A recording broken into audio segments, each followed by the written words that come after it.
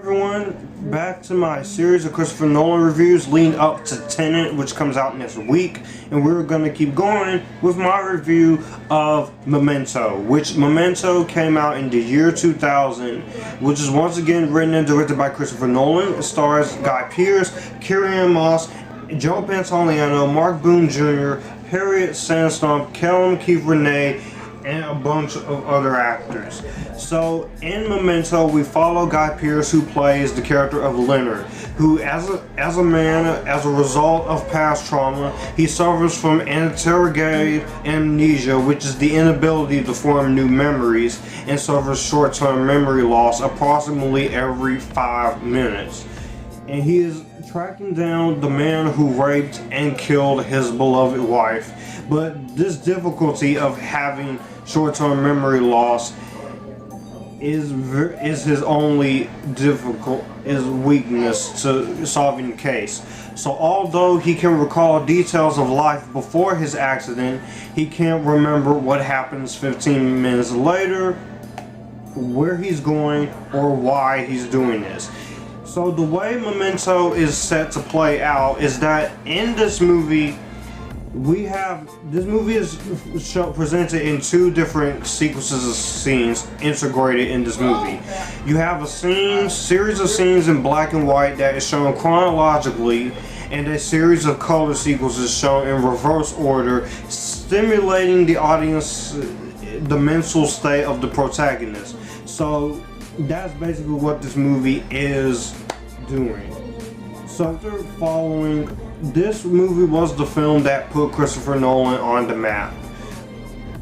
So how this movie came to be was Nolan, he talked to his brother, Jonathan Nolan, after they took a cross-country road trip from Chicago to Los Angeles, as Chris was relocating his home.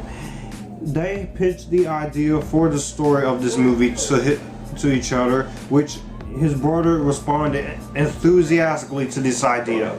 After they arrived, Jonathan, he left for college, of course, but Christopher repeatedly asked him to send him a first draft, and after a few months, Jonathan complied. So 2 months later, Chris came up with the idea to tell the film backwards and began to work on the screenplay of Memento, while his brother wrote the short story simultaneously, and they continued to correspond and talk about how the movie would be. And the way that the short story is radically different from Chris Nolan's film is that it maintains a lot of the same elements, but the only change is that Leonard's name is Earl, and he is a patient in a mental institution. As in the movie, his wife is killed by an anonymous man, and during the attack on his wife, he loses his ability to create new memories. And so, like Leonard, Earl leaves notes to himself and tattoos with information about the killer. In the short story, Earl convinced himself through his own written notes to escape the mental institution and murders his wife's killer. The script was sent to Newmarket Films, and then it was optioned, given the budget of just $4.5 million. Then casting got called, and then the production was made, and then this movie had trouble finding distribution rights in the US, whereas in foreign countries it wasn't a problem. And this movie got a great word of mouth even before it came out. And so there were so many studios, including Warner Brothers and Dimension, and which initially who was run by Harvey Weinstein. Yeah. Although many executives of Warner Brothers and Sony and MGM, they loved the take of the film. They all passed because they thought it would be too confusing and would not attract a big audiences. So after Steven Soderbergh saw the film, he actually championed the film in interviews and public events and given this movie more publicity. In Newmarket, in a financial risk, they decided to distribute the movie itself. And there are so many different interviews of Chris Nolan talking about how this movie came to be that I will link some in the description box down below that I was able to find from my good YouTube buddy Sean Chandler, who his review of the film will also be dropped in the description box as well. So, let's talk about Memento. So before I get into my thoughts on Memento, be sure in the comment section down below, tell me what did you think of this film. Did you like it? Did you hate it? Are you somewhere in the middle? Where does this rank in Chris Nolan films for you? And if you guys are new to the channel, be sure to hit the subscribe button and the bell to get notified when new videos are up, when I go live, or when I post in my community tab. Otherwise, if you don't hit that bell, you're not gonna get every single notification. And also, if you want to send fan mail or send money to my channel, you can email me or DM me privately to do either one of those as well. So with that being said, let's get started talking about Memento. I think the best thing about Christopher Nolan's Memento is the way that this movie is presented. This movie is almost completely in reverse. And that, I think, is a very intriguing way to do it. The way that the structure of this movie is, the way that this movie is basically structured is that you have fabula, which is the events of the story, versus subject, which is they are told in a narrative. And this is structured very well with two different timelines, where you have one in color and then one in black and white. And the color scenes are there alternated with black and white sequences, which the latter is put together in chronological order, where the color ones are shown forward, except for the very first one, they are completely ordered in the reverse. So the black and white scenes come first, then the color scenes come next. And I think that was a very smooth transition on Christopher Nolan's part. And just the way, some people have said this is a gimmick, but this is used as the way for us to get inside the head of Leonard throughout the movie. And that is what I feel like Chris Nolan really does accelerate when it comes to the structured storytelling here. It's just, the guy has a vision every time he makes a movie, and just the way he does it is like you're watching the movie and you piece it together, you think something's gonna happen next, but no, as the movie plays out in reverse and in non-reverse, you start to piece the movie together, and it's like, oh, okay, I get it, I see what you're doing right there. And also the themes of memories and perception and self-deception and grief are very well explored. And that's all due to Chris Nolan's direction and his screenplay. I think without those two, Memento would not be one of the most talked about movies that it is now. Following, again, put Chris Nolan on the map. But it was really Memento that really told us what kind of filmmaker he has the potential to be. And it was because of this movie that Christopher Nolan was able to work with Warner Brothers on Insomnia and give us the Dark Knight trilogy and his movie Inception. But Christopher Nolan, he has an eye for what this movie does, because again, like I said, this movie is in reverse, so some audiences may be confused by it, but if you really do pay attention to what Christopher Nolan is doing in his direction, I pretty much think that the way Christopher Nolan is directing this movie, I think you'll actually understand it. And one of the criticisms I've heard with this movie is that it's not the most rewatchable film. But I rewatched this in order to prep myself to review this, and it is just as rewatchable as it is the first time. This was only like my fourth time watching it, and when it comes to when you really piece the movie together, it's like I said, it is in reverse, but if you pay attention, you start to understand what's going on in the movie, because this is the main character who is suffering from short-term memory loss and interrogate amnesia. So that, I feel like, is what excels the most. And in this movie are amazingly well put together. I think the performances in this movie are amazing here. First off, Guy Pearce, this is his best role. Now, initially, he was chosen partly for his lack of celebrity status and his enthusiasm for the role, evidenced by a phone call Guy Pearce made to discuss the part. And I think Guy Pearce, this is his best part, and Guy Pearce is one of the most underrated actors out there. He is an actor who, every time he does a project, he always commits, no matter how good or how bad the project is, or maybe how mixed it is.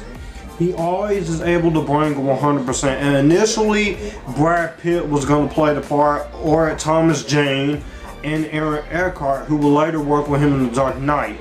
But Nolan chose this guy because he felt like he had a clear vision of what he wanted to do in his acting performance. And I think that his performance is just really great. He is able to provide the short-term memory loss while also trying to be the guy who's hunting down his wife's killer. And I think he really does a great job in that role. Another performance here is Carrie-Anne Moss, who Christopher Nolan and Jennifer Todd suggested her for the part of Natalie. And when it comes to Carrie-Anne Moss in this movie, even though her character is killed off, she adds a lot of amount to the role of Natalie that was on screen. And I think that Carrie-Anne Moss and Guy Pearce in their scenes together has really great chemistry with each other. Initially, Mary McCormick lobbied for the role, but Nolan decided to cast Moss. Co-star Joe Pantoliano as Teddy. He does a great job for the corrupted police officer who's trying to do his job. And at first, there was a concern that he might be too villainous for the part. But Joe Pantoliano, he really brings a lot of subtlety in his performance as the villain. And the rest of the cast is really great too. You have Stephen Tobolowsky, Harriet Sansom, Mark Boone Jr., just a lot of great performances in this movie. And that the cast really does elevate this movie, as well as its director and writer. And also the way this movie, the cinematography plays out. This is a very well shot and a well lit movie. Wally Pfister really does a great job with the cinematography in this movie, and he knocks it out of the park. I love the cinematography in the film. I think this is a very well shot film. Even in the black and white scenes, this movie is well shot. Some people may get a little irritated because it does go from color to black and white, but as I said, that's the whole point of this movie. I think the camera work and the way this movie is shot, it doesn't feel like you're on sound stages. Of course, this is a small budget, and this movie, the voiceovers really does help too when it Guy Pearce with the voiceovers. Guy Pearce, he was given free reign to improvise his narration, and this movie also has a documentary feel to it. But the cinematography, is very well done. I love the interior, exterior, every single location is very amazingly well done. But also, you gotta talk about the editing. Like I said, this movie is edited amazingly well by Dobby Dom.